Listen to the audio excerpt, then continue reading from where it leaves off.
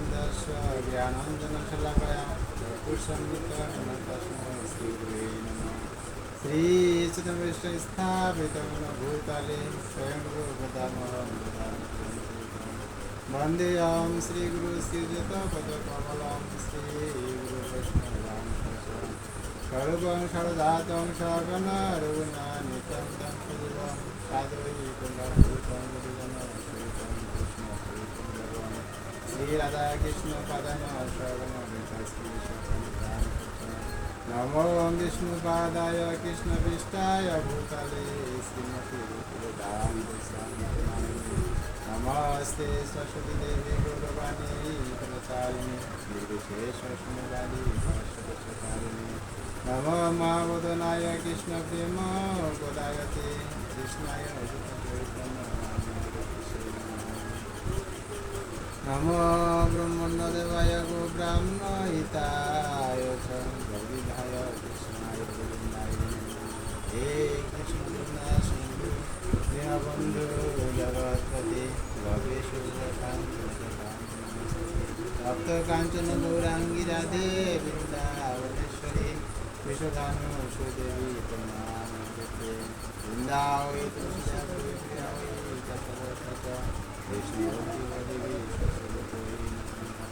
पञ्चतत्त्वात्मं कृष्णं भोगरूपस्वरूपं भक्तवतां पञ्चाकल्पस्य कृपासन्देव जय श्रीकृष्ण गुरुनितानन्द हरे कृष्ण कृष्ण कृष्ण हरे हरे हरे राम राम राम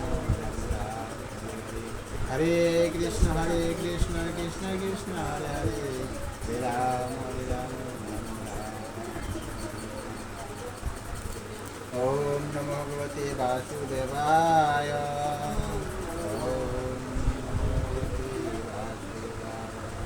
ओम नमो भगवते वासुदेवाय।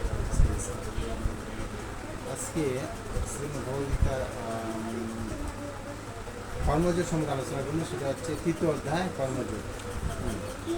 কর্মযোগ সম্বন্ধে আজকে আলোচনা হবে। তো এখানে 36 নম্বর শ্লোক, 36 নম্বর শ্লোক কর্মযোগ, 36 নম্বর শ্লোক। এখানে অর্জুন বলেছিলেন যে অর্জুন বাচ অর্থ কেন প্রযুক্তয়ং পাপং চরতি পুরুষ অনিশ্বনবে বাঞ্ছন্য ফলাদিবনি। আবার বলি, অর্থ কেন প্রযুক্তয়ং পাপং চরতি পুরুষ অনিশ্বনবে বাঞ্ছন্য ফলাদিবনি। এখানে অর্জুন জিজ্ঞাসা করলেন, হ্যাঁ, যে গীতার গানে বলছে যে অর্জুন কহিলেন, হে বাঞ্ছনীয় কহ তুমি বুঝাইয়া মোরে, কি লাগি হয়েছে জীব যুক্ত পাপ ঘরে। অনিচ্ছা সত্য হয় পাপে নিয়োজিত, অবশ্যই করে পাপ সে গরিত। এটা বলছি যে অনুবাদ হচ্ছে যে অর্জুন কহিলেন, হে বাঞ্ছনীয়, মানুষ কাহার দ্বারা চালিত হয়ে হ্যাঁ অনিচ্ছা সত্ত্বেও যেন বলপূর্বক নিয়োজিত হয়ে পাপ আসনে প্রবৃত্ত হয়। মানে মানুষ পাপ করতে চায় না, তবুও যেন পাপ করে। কেন পাপ করে সেটা অর্জুন ভগবানকে জিজ্ঞাসা করলেন যে হে বাঞ্ছনীয়, আমরা কেন পাপ করি? আমরা তো পাপ করতে চাই না, তবুও আমরা পাপ করি কেন? বলছে মানুষ কাহার দ্বারা চালিত হয়ে অনিচ্ছা সত্ত্বেও যেন বলপূর্বক, মানে বলপূর্বক নিজের থেকে পাপ আসনে প্রবৃত্ত হয়। তো এখানে অর্জুন ভগবানকে জিজ্ঞাসা, আমরা কেন পাপ করি? পাপ করতে ইচ্ছা নাই, তবু আমরা পাপে আবদ্ধ হই। তো এখানে শিলপ্রভুপাদ কি জয় শ্রীপতি এখানে তাৎপর্য লিখছেন যে ভগবান অবিচ্ছেদ্য অংশ জীব, মূলত চিন্ময়, পবিত্র, সমস্ত জড় পুরস্কৃত থেকে মুক্ত। তাই সে জড়জগতের পাপের অধীন নয়। কিন্তু সে যখন জড়জগতের সংস্পর্শে আসে তখন সে বিনা বিধায় ইচ্ছাকৃতভাবে বা অনিচ্ছাকৃতভাবে নানা রকম পাপ কার্যে লিপ্ত হয়ে থাকে। তাই এখানে অর্জুন জীবদের কি এই বিকৃত স্বভাব সম্পর্কে শ্রীকৃষ্ণের কাছে এই প্রশ্ন উত্থাপন করলেন। কে উত্থাপন করলো? অর্জুন। কার কাছে? ভগবান পরমেশ্বর শ্রীকৃষ্ণের কাছে। যে জীবদের এই বিকৃত স্বভাব সম্পর্কে শ্রীকৃষ্ণের কাছে যে প্রশ্ন উত্থাপন করেছেন তা খুবই ন্যায়সঙ্গত। যে অর্জুন যে ভগবান শ্রীকৃষ্ণের কাছে যে যে প্রশ্ন উত্থাপন করলো বা যে প্রশ্নটা তুলে ধরলো সেটা খুবই ন্যায়সঙ্গত, খুবই যুক্তিসঙ্গত। যে আমরা কেন পাপ করি, হ্যাঁ, যে আমরা কেন পাপ করি। হরে কৃষ্ণ মাতাজি, বসেন, আসন গ্রহণ করুন। মাতাজি চলে গেল। হ্যাঁ, যদিও কখনো কখনো জীব পাপ কর্মে পাপ করতে চায় না। আমরা অনেক সময় দেখি যে আমরা পাপ করতে চাই না, তারপরে বলছি যে যদিও কখনো যে পাপ করতে চায় না তবুও সে পাপ কর্ম করতে বাধ্য হয়। হ্যাঁ, জীব যদিও কোনো পাপ কাজ করতে চায় না তবুও সে বাধ্য হয়ে পাপ কর্ম করে। এবং এখানে প্রশ্ন, কেন পাপ করে, এটা প্রশ্ন না। আমরা অনেক সময় দেখিতে পাপ করে ফেলি, করার পরে চিন্তা করি না পাপ, এটাকে এই কাজটা করতে আমার ভালো হলো না, এটা পাপ হয়ে গেল। এখন এখানে একটা প্রশ্ন হচ্ছে আমরা পাপ কেন করি। এই যে একটা প্রশ্ন হচ্ছে আমরা কেন পাপ করি। হ্যাঁ, তো এখানে যদিও আমাদের দেহের মধ্যে অবস্থান করে পরমাত্মা, প্রতিটি মানুষের মাঝে ভগবানের অংশ রূপে আমরা, পরমাত্মা রূপে আমরা আছি। প্রতিটা যে মধ্যে ভগবানের অংশ রূপে পরমাত্মা রূপে আছে, কিন্তু আমাদের পাপকর্ম করতে অনুপ্রাণিত করে না, কিন্তু আমাদের পাপকর্ম করতে করে। কিন্তু আমাদের পাপ করতে অনুপ্রাণিত হয় না, কিন্তু তা সত্ত্বেও জীব পাপ কাজে লিপ্ত হয়, তার কারণ ভগবান করবে। এখন অর্জুন জিজ্ঞাসা করলেন যে আমরা যদিও পাপ করতে চাই না তবু আমরা পাপ করি। এটা ভগবান শ্রীকৃষ্ণের কাছে প্রশ্ন করলো, কে করলো? অর্জুন করলো, যে আমরা কেন পাপ কাজ করি। তো এখন দ্বিতীয় শ্লোকে ভগবান কি উত্তর দিল?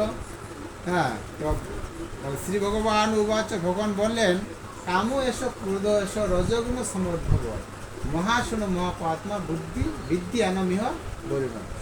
ভগবান উত্তর দিলেন যে কাম এসো ক্রোধ এসো রজগুণ সমুদ্ভব মহাশূন্য মহাপাত্মা বিদ্যি অনমিহ বলিবেন। তো এখানে গীতার গানে ভগবান বললেন যে কাম ক্রোধ হয় রজগুণ দ্বারা, কাম ক্রোধ হয় কি? রজগুণ দ্বারা। অভিভূত বদ্ধ জীব ত্রিজগতে সারা, জ্ঞানী জীব এই দুই মহা শত্রু জানে, করে তাই গুণান্বিত কার্য সাবধানে।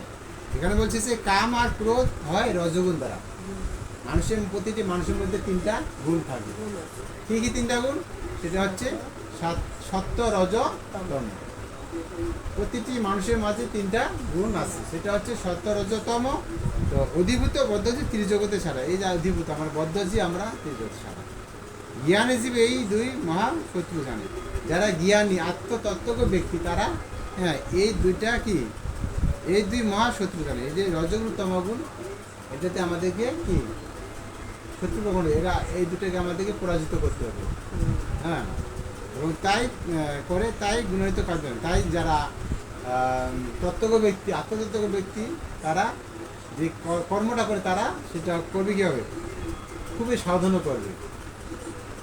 শেষ কর্মটা ওরা ভালো মন্দ বেঁচে কর্ম করবে। তো এখানে অনুবাদে বলছেন পরমেশ্বর ভগবান শ্রীকৃষ্ণ বললেন যে হে অর্জুন, রজগুণ থেকে সমুদ্ভব কামই মানুষকে পাপে প্রবৃত্ত করে। কি বললো? যে রজগুণ, প্রতিটি মানুষের মধ্যে তিনটা গুণ থাকে।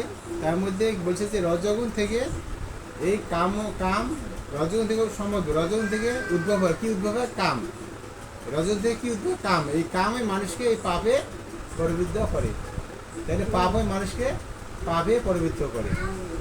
হ্যাঁ, এবং এই কাম ক্রোধে পরিণত হয়। এবং এই কামনাটা কি পরিশেষে ক্রোধে, আমরা রাগ করি না, রাগে এটা ক্রোধ করি, রাগে পরিণত করে। এবং কাম সর্বগ্রীষ্ম পাপাত্ম, কামকে জীবনে প্রধান শত্রু বলে জানিবে। ভগবান বললেন যে তুমি এই কাম এই রজগুণ থেকে উদ্ভব, এই রজগুণ কামই মানুষকে পাবে প্রবৃত্ত করে, এবং এই কামই মানুষকে ক্রোধে পরিণত হয়। এবং এই কাম কি পাপাত সর্বগ্রাসী। হ্যাঁ, কামকে জীবনের প্রধান শত্রু বলে জানবে। তাহলে ভগবান বললো যে এই কামনাটা হচ্ছে জীবনের প্রধান শত্রু। তাহলে আমাদেরকে এই কামনাটা কি করতে হবে? হ্যাঁ, কামনাটা আমাদেরকে ত্যাগ করতে হবে। আমরা যেন উচ্চাকাঙ্ক্ষা, বিষয়ের প্রতি আকাঙ্ক্ষা, অর্থাৎ এক কথা যে আমরা জোর জাগতিক বিষয়ের প্রতি কোনো আসক্ত হব না, কারণ এটা হচ্ছে অনিত্য, আর যাচ্ছে কাইলেই। হ্যাঁ, তবে তাহলে আমরা কি কর্ম করব না, কামনা করব? সেটা না কীভাবে করবো কর্মটা? সেটা আমরা সংসার জীবনে সংসার করব, এটা ভগবান অনুমোদিত। এই সংসারটা আমরা কীভাবে করবো সেটা ভগবানকে সম্ভাবন করব। যা কিছু আছে সব এই বিষয়ে, ধন সম্পত্তি, বাচ্চা কাচ্চা সবই ভগবানের। হুম। আমরা মানে উচ্চাঙ্গে আমাদের জীবন তাগিদ, জীবন চলার তাগিদ যতটুকু প্রয়োজন সেটুকু নিয়ে আমরা কি সন্তুষ্ট হয়ে জীবনযাপন করব। আমরা উচ্চাঙ্গা বিষয়ের প্রতি বিভিন্ন ঘর বাড়ি অট্টালিকা দালান করার জন্য আমরা সেই আকাঙ্ক্ষা না করি। হ্যাঁ, তো এখানে ভগবান উত্তর দিলেন যে আমাদের কামকে পরিত্যাগ করতে হবে। কামই জীবনের প্রধান শত্রু। এই কাম আমাদের কোনো ক্ষেত্রে যদি কাম আমাদের অক্রান্ত থেকে যায়, তখন আমাদের একটা ক্রোধ চলে আসে। আমরা আমাদের ইচ্ছে কি, আমাদের ইচ্ছা হচ্ছে যে আমরা যেভাবে ছলে বলে করে আমরা এই জিনিসটা চাই, আমরা এই জিনিসটা যেভাবে আমরা অর্জন করতে পারবো। এই যে একটা বিষয়বর্তী আসক্ত, এই আসক্ত আমরা থাকতেও যাবে না। হ্যাঁ, আমরা থাকবে কি ভালো বিষয়ের প্রতি, যেটা ভগবানের সান্নিধ্য কীভাবে লাভ করা যায়। হ্যাঁ, ভগবানের পাদবর্তে আমরা কীভাবে যেতে পারবো, ভগবানের কাছে আমরা কীভাবে ফিরে যেতে পারবো, সেইটা কামনা করা যাবে, সেটা করতে হবে। কারণ আমাদের মানব জীবনের উদ্দেশ্যটাই হচ্ছে, ভগবানের কর্ম করা। পরম ভগবানের কাছে ফিরে যাওয়া। মানে আমাদের যেন আমরা জন্মচক্র যেন আবদ্ধ না হয়, জন্মচক্র থেকে মুক্ত হওয়া, এইটা আমাদের মানব জীবনের পরম উদ্দেশ্য। বা মানব জীবনের উদ্দেশ্যে পরম তত্ত্বকে জানা, পরম তত্ত্বকে আমরা কীভাবে জানবো সেটা আমাদের উদ্দেশ্য। তো এখানে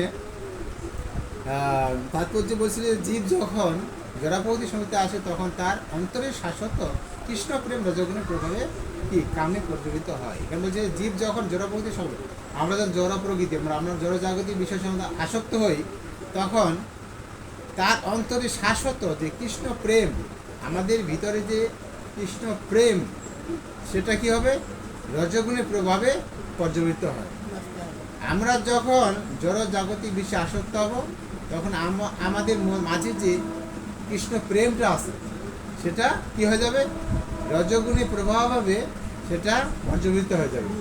হ্যাঁ, তখন যেমন টক তেঁতুলের সংমিশ্রণে দুধ যেমন দই হয়ে যায়। যখন কোনো দুধ, যেমন আমরা তেঁতুলের এক ফোঁটা তেঁতুল দিই, তেঁতুল দেওয়ার পরে সেটা কি দুধটা কী হবে? দইয়ে পরিণত হয়ে যাবে, তখন সেটা দই হবে। তেমনই ভগবানের প্রতি আমাদের অপ্রকৃত প্রেম কামে রূপান্তরিত হয়। যেমন আমাদের ভগবানের প্রতি আমাদের শুদ্ধ প্রেম ভালোবাসা, আমাদের ভগবানের প্রতি যে একটা শুদ্ধ প্রেম বা ভালোবাসা, সেটা কি হবে? যখন আমরা কামের আসক্ত হয়ে যাব, তখন সেটা কি হবে? সেই প্রেমটা আমাদের কি, সেটা আমার কি যে অপ্রকৃত প্রেম, যেটা আমার অপ্রকৃত প্রেম আমাদের মাঝে আছে, সেটা আমাদের কামে রূপান্তরিত হয়ে যাবে। কামনা বাসনায় জর্জরিত হয়ে সেটা রূপান্তরিত হয়ে যাবে। হ্যাঁ, তারপর কামের অতৃপ্ত ফলে হৃদয়ের যে করিত, কামনার যে অতৃপ্ত থেকে যায়, আমাদের যে মনের যে আকাঙ্ক্ষা, এটা যখন পূরণ হবে না, মানে অতৃপ্ত হয়ে যাবে, তখন কি হবে? আমাদের একটা অন্তরের মাঝে একটা ক্রোধ চলে আসবে, একটা রাগ চলে আসবে, যে আমাদের এইটা আমাদের কেন হলো না, এই বাসনা আবার পূরণ হলো না কেন, এই আশা আগাম পূরণ হলো না কেন, এই পূরণ না হওয়ার জন্যে আমাদের মাঝে একটা ক্রোধ চলে আসবে, কেন আসলো না। হ্যাঁ, তারপরে কি বলছে? এবং কামের অতিরিক্তের ফলে ক্রোধের উৎপন্ন হয়, ক্রোধ থেকে মোহ, এবং এভাবে মহাসীন হয়ে ফলে জীব জড়জগৎ বন্ধনে স্থির আবদ্ধ হয়ে পড়ে। এবং ক্রোধ থেকে একটা মোহ চলে যায়। মোহটা কি? মোহটা জানতে হচ্ছে আমি আমার বোধের নাম। এই যে বলতেছে আমি, এটা আমার, ওটা আমার, বাড়ি আমার, স্ত্রী পুত্র, ধন সম্পদ, টাকা পয়সা সবই আমার। এই আমি আমার বোধটার নামই হচ্ছে মোহ। এই মোহে আমরা পরিণত হয়ে যাই। এভাবে মসন হয়ে পড়লে জীব, তখনই আমরা জীব তখন জড় জগতে বন্ধনে আবদ্ধ হয়ে যাব। যেমন এখানে আছে যে 14 অধ্যায়ের 9 নম্বর শ্লোক, যে যজ্ঞ অর্থাৎ কর্মত্র লোকম কর্মবর্ধন পদার্থ কর্মকুণ্ড মুক্ত সমাচরণ। এই বলছে যে বিষ্ণুর প্রীতি সম্পাদনের জন্য আমাদের কর্ম করা উচিত। কি তাহলে বলছে যে বিষ্ণুর প্রীতি সম্পাদনের জন্য আমাদের কর্ম করা উচিত, তা না হলে কর্মই এই জয় জগতের বন্ধনের কারণ। ভগবান কিভাবে খুশি হবে, ভগবানকে আমরা কিভাবে সন্তুষ্ট করব, সেই হিসেবে আমাদের কর্ম করা উচিত। না হলে এই যে যদি ভগবান ব্যতীত বা ভগবানের সঙ্গে বিধান ব্যতীত যদি আমরা কর্ম করি, তাহলে আমার এই কর্মটাই হবে জড় জগতে আমাদেরকে আবদ্ধ করে তুলবে, আমার জড় জগতে আবদ্ধ হয়ে যাব। আর ওই জড় জগতে আবদ্ধ হলে আমার পরবর্তী পথে কোনো ডেভেলপ হবে না, বা পরবর্তী পথে আমাদের কোনো কাজে লাগবে, যে কর্মটা আমাদের কোনো কাজে লাগবে না। তা আমরা কিভাবে ভগবানকে সন্তুষ্ট করব? যেমন আমরা যে সংসার করতেছি, সংসারটা কি আমাদের ভগবানকে সমর্পিত করতে হবে। সব কিছু ভগবানের, স্ত্রী পুত্র যা কিছু সবই ভগবানের। আমরা যখন কিছু রান্না করব, সেই রান্নাটা হবে ভগবানের উদ্দেশ্যে, যে আমরা ভগবানকে নিবেদন করে সেটা আবার প্রসাদ হিসেবে গ্রহণ করব। আমরা একটা গাছ লাগাবো, সেই গাছটা কি ভগবানের উদ্দেশ্যে লাগাবো, যে এই গাছটা আমাদের কামনা থেকে এই গাছটা যখন ফল হবে, সেই ফলটা আমরা ভগবানকে নিবেদন সেবা দিয়ে সেই ফলটা আমরা সেবা হিসেবে গ্রহণ করবো। যাহা কিছু করি, জগতে যাহা কিছু করি সব কিছু ভগবানকে অর্পণ করতে হবে। এই যে একটা প্রশ্ন নবম অধ্যায়ে এটা হচ্ছে সম্ভবত 22 শ্লোকে আছে, সেটা আমার শ্লোক নম্বরটা মনে নাই। যে ইয়ত্রসি ইয়দস্নাসি যজ্ঞসি দদাসি তৎপুরুষমদর্পণম। অর্থাৎ হে কিন্তু যা কিছু করো, যা কিছু হোম করো, যা কিছু যজ্ঞ, যা কিছু তপস্যা করো, হ্যাঁ, যা কিছু দান করো, তার সঙ্গে আমাকে অর্পণ করিবে। যাহা কিছু করি, ইয়ত্রসি ইয়দর্শন যজ্ঞসি দদাসি ইয়ত্র তৎপুরুষ মদর্পণম, সব কিছু আমাকেই অর্পণ করিবে। ইয়ত্রসি দর্শন আছে, যা কিছু খাও, অশ্নাদি ইয়ত করসি, যা কিছু করো, ইয় দর্শন যা কিছু খাও, যজুসি যা কিছু দান করো, ইয়ত যা কিছু তপস্যা করো, হ্যাঁ, ইয়ত যজুসি দদাসি ইয়ত তপস্যি যা তপস্যা তৎপুরুষ মদর্পণ, সব কিছু আমাকে অর্পণ করিবে। ভগবান ব্যতীত যদি আমরা কর্ম করি, সেটা আমাদের কি সঠিক কর্ম হবে না। কর্মকে ভগবান 3 ভাগে ভাগ করেছেন, কর্ম, অকর্ম, বিকর্ম। এটা আলাদা সাবজেক্টে কর্মযোগে বিস্তারিত আলোচনা করা হয়েছে, যে আমরা কর্ম, অকর্ম, বিকর্ম। হ্যাঁ, কর্মটা হচ্ছে যে শাস্ত্র বিধানউক্ত সকাম কর্ম দিয়ে যা করা হয়, সেটা হচ্ছে কর্ম। বিকর্ম, অকর্ম। অকর্ম কাকে বলে? অকর্ম যে শাস্ত্র বিরুদ্ধ বা যে কর্ম, শাস্ত্রের বহির্ভূত কর্ম করার আগে হচ্ছে অকর্ম। বিকর্মটা হচ্ছে যে ভগবানের সন্তুষ্ট বিধানের জন্য যে কর্ম করা হয়, নিষ্কাম হবে, সেটা হচ্ছে বিকর্ম। তাহলে বিকর্ম আমাকে করতে হবে, মানে নিষ্কামভাবে যে কর্ম করানো হবে, সেটা হচ্ছে বিকর্ম। কর্ম অকর্ম করা যাবে, এই দুটো হচ্ছে বন্ধনের কারণ। শুধুমাত্র বিকর্ম দ্বারা ভগবানকে সন্তুষ্টি বা সন্তুষ্ট করানো যায়। তো এখানে আমরা আজকে জানলাম যে আমরা পাপ করি কেন। আমরা জানলাম যে আমরা পাপ করি কেন। আমার ইচ্ছা নাই, তবু আমরা পাপ করি। তো ভগবান তোদের বললেন যে, এই উত্তরে বলছে যে কামনা, রজগুণ থেকে সমৃদ্ধ কামই মানুষকে পাবে প্রবৃত্ত করে, হ্যাঁ, পাবে প্রবৃত্ত করে, এই কামই মানুষকে পাবে পরিবর্ত করে, এবং এই কামই মানুষকে পরিণত হয়। কাম সর্বগ্রাসে পাপাত্মক, এবং বলছি যে কামকে জীবনের প্রধান শত্রু বলে জানি। যদি কামনাটা আমাদের পাপ করার একমাত্র কারণ। কামনা যদি না থাকে, তাহলে আমরা পাপ করব না। কামনারে আমাকে ত্যাগ করতে, কামনাকে প্রধান শত্রু, যত শত্রু তার মধ্যে কামনাটাই প্রধান শত্রু। এই কামনাকে আমাদেরকে পরিত্যাগ করতে হবে। হ্যাঁ, তো আমরা আজকে এখান থেকে সমাপ্ত করি। হ্যাঁ। তো এখন গীতা মাহাত্ম পড়ি, যে এখানে গীতা মাহাত্ম ভগবান বলছে, গীতা মাহাত্ম বলবো একটা গীতা মাহাত্ম শ্লোক বলবো, যেটা যে মলিনে মোচনং পুংসাং জলস্নানং দিনে সকৃত গীতা অমৃত স্নানং সংসার অবল নাশন। এখানে গীতা মাহাত্মে বলা হয়েছে যে আমরা প্রতিদিন জলে স্নান করি। হ্যাঁ হ্যাঁ, প্রতিদিন জলে স্নান করি না? কেন জলে স্নান করি? আমাদেরকে এই শরীরটাকে ময়লা আবর্জনা থেকে মুক্ত করার জন্য পরিষ্কার করি, সাবান দিই, বানানো শ্যাম্পু ব্যবহার করি, যেন আমরা এই যে শরীরের ময়লা পরিষ্কার হয়। পরিষ্কার করে ভগবানের কাছে আসে। হ্যাঁ, তাহলে আমরা বাহ্যিকভাবে যে আমরা মলিনে মোচনম পুংসাং জলস্নানম দিনে দিনে সকৃত গীতা অমৃত স্নানম কি সংসার অমল নাশনম, সংসার অমল নাশনম।